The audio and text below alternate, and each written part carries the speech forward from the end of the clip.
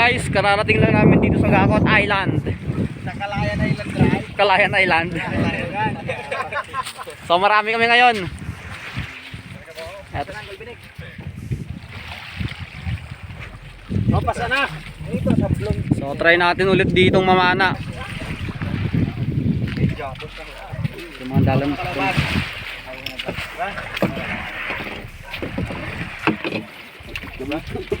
Kasing color yan. So ito yung bangka naming gamit kay Uncle Jerry to. So kung wala kayong masakyan at gusto nyong pumunta dito sa Gakot Island, so pwede nyong kontakin siya para ito yung service nyo papunta dito. Wala dito si paring Rico. Nandito lang is si Uncle Matt. Kamusta yung mga mamsa natin dito? Welcome to Gakot Island. May mask ka to, Juan. So ito yung mga gamit nila pang night dive dito sa Banton. Ganito ang naka breakaway setup lahat para safety. So pahinga lang kami ng konti, tapos dive na mamaya. Makalipas ang ilang minuto at eto, nandito na kami, ready na for spear fishing activities natin. So kasama ko pala ngayon si paring Joshua. Dalawa kaming mamamana ngayon. So nanghiram kami dito ng bangka sa Gakot. Kay Uncle Terzo daw to. Shout out. So load muna natin tong spear gun natin habang papunta tayo sa spot. At dito nga nakasalubong kaagad tayo ng mga grupo ng ilak dito lang sa mababaw. Ngunit ang lilikot hindi ko makuhaan ng aim para matira. Kaya hayaan na lang natin. At pagkarating natin sa spot, eto sinalubong kaagad tayo ng batfish. Badang kung tawagin ito dito sa Banton.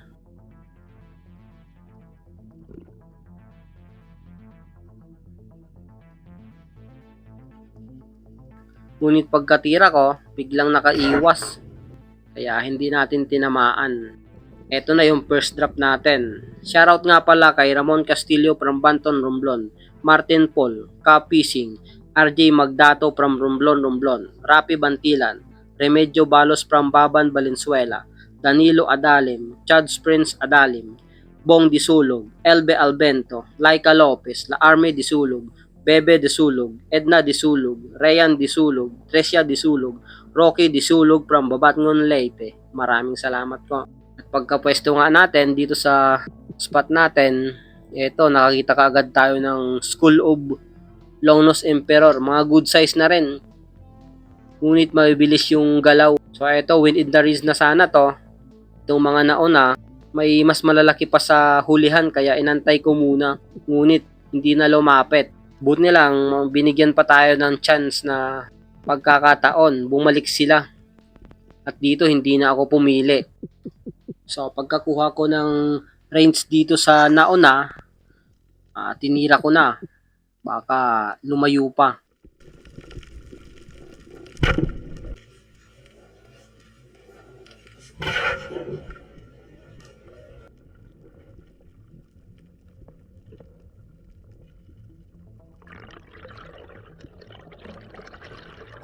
Kaya ito yung naging unang isda natin ngayong araw na ito.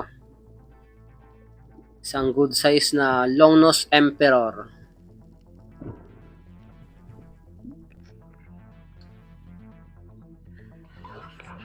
Pagkatapos din nito, halos 2 oras na din akong nag-dive kaso wala na talagang nagpakita. Kaya eto lang yung huli natin ngayong hapong ito. So goods na rin. Bawi na lang tayo sa umagang dive.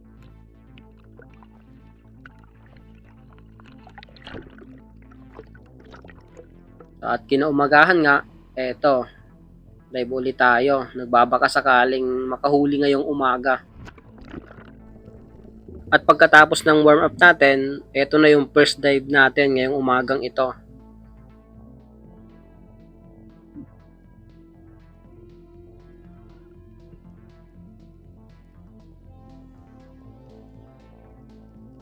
At hindi pa tayo nakakarating sa pwepestuhan natin bato, eto sinalubong kaagad tayo ng mga good size na sojourn fish.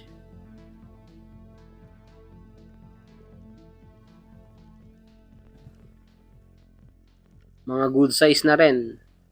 Pero antay-antay muna tayo. Baka sakaling may nakapaligid na malalaking isda.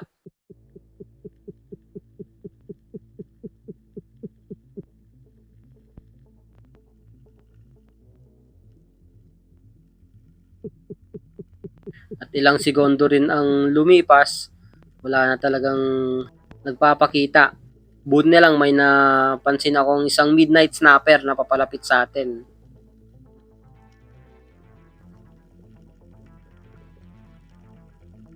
Kaya eto na yung naging target natin ngayong dive na ito.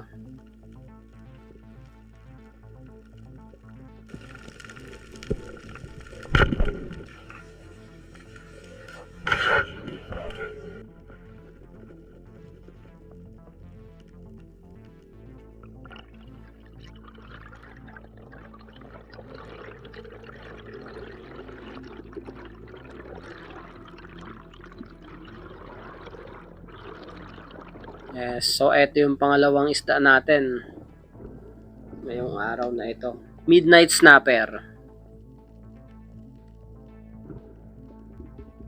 So another dive tayo. Dito sa mababaw na area habang ako'y nagpapahinga, nakita ko ng grupo ng slick unicorn saka midnight snapper kaya sumisid ako. Pag ganitong maliwanag na at hunting tayo ambos, dapat medyo nakatago tayo sa bato. Kaya eto yung ginawa ko para hindi tayo masyadong mahalata ng isda. Medyo nakatago yung katawan natin.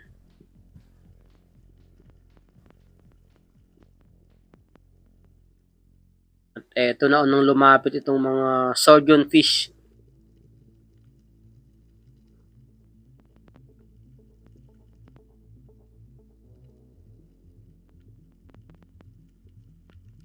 At ilang segundo pa, eto na yung mga slick unicorn.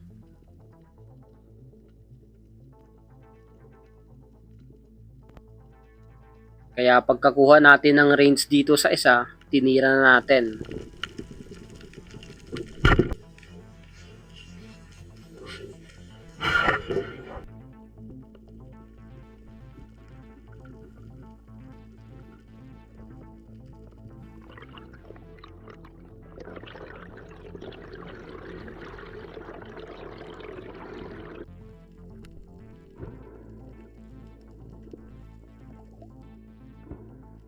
At eto yung pang tatlong isda natin ngayong araw na ito. Isang slick unicorn. Eto mga ganitong isda, napakasarap pang ihaw. So at another dive tayo dito.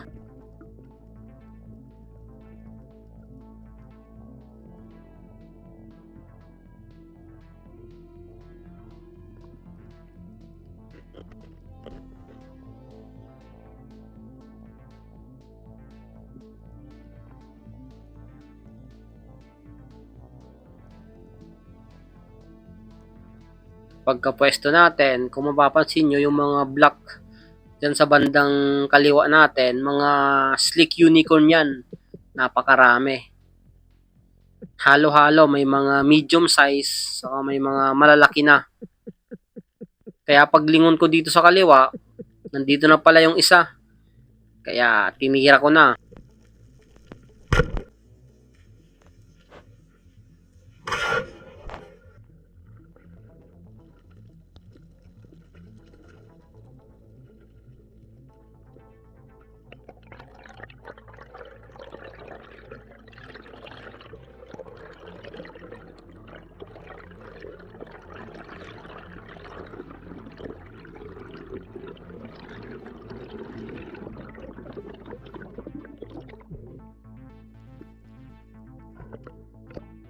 At eto yung pang-apat nating isda ngayong araw na ito.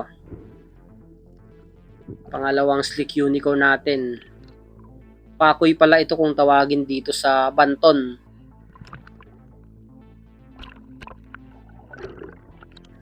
At habang nagpapahinga tayo dito, ready na sana to dive tayo. May napansin ako ditong tatlong tribali dito sa mababaw na part kaya sinisidan ko kaagad. At buti niya lang napakaamo. habang papalapit tayo sa kanila, lumapit din. Kaya hindi na ako pumili. Tinira natin itong isa.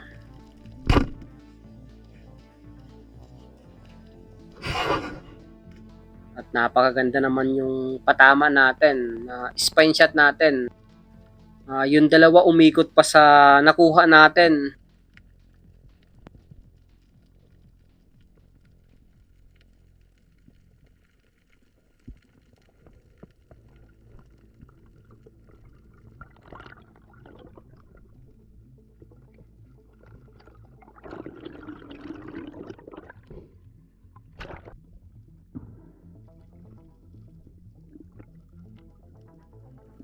At eto na yung pang limang isda natin.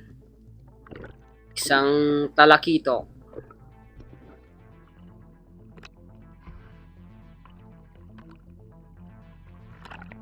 So halos 3 hours na din tayo ditong nagda-dive.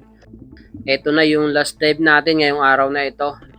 Pagod na rin tayo. Kaya nag-last dive na rin ako dito. Nagbabaka sakali pa rin tayo na magpakita. At dito kung mapapansin nyo, pag kababa natin, nag-iba ng mga direction yung mga bait. Siguro sa pagbaba natin. Kaya ang ginawa ko dito is nag-grunting ako. Nag-fish call. Baka may ma-attract sa ating isda.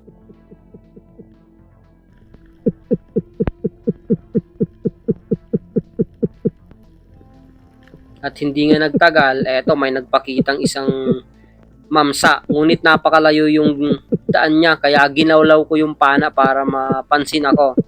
At pagkalapit nga, tinira na natin.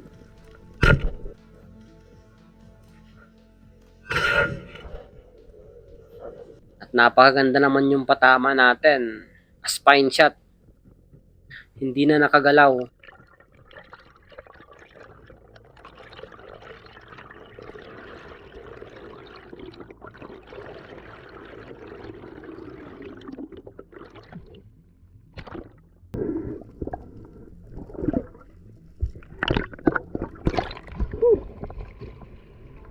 Blidesengan pa tayo mga magkakahay. May blessing na tayo maganda. Ay, thank you Lord. At eto na yung last na isda natin ngayong araw na ito. Isang mamsa.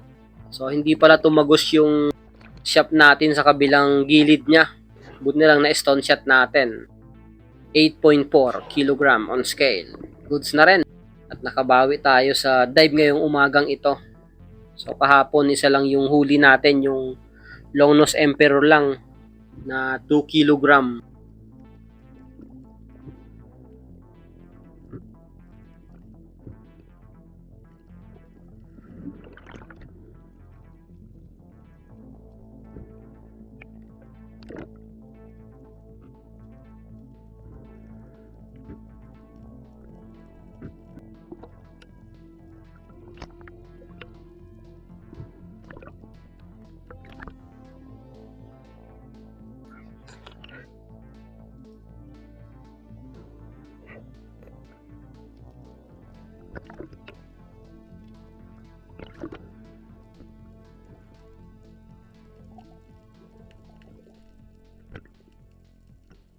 So at pagkatapos din nito, bumalik na rin ako sa Pangpang para makapahinga na.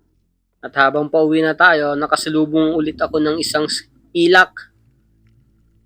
Ngunit na mailap din.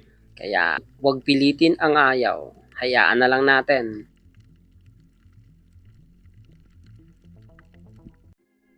So at eto yung mga huli natin ngayong umagang ito. Pandagdag na rin sa huli natin yung kahapong dive.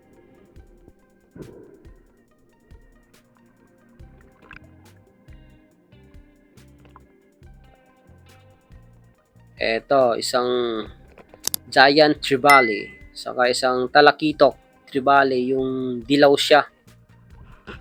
So, dalawang sleek unicorn, saka midnight snapper. So, goods na rin to. So at maraming salamat nga pala sa walang sawang nanonood ng mga videos natin. Sa mga subscriber natin dyan, maraming salamat po sa inyong lahat.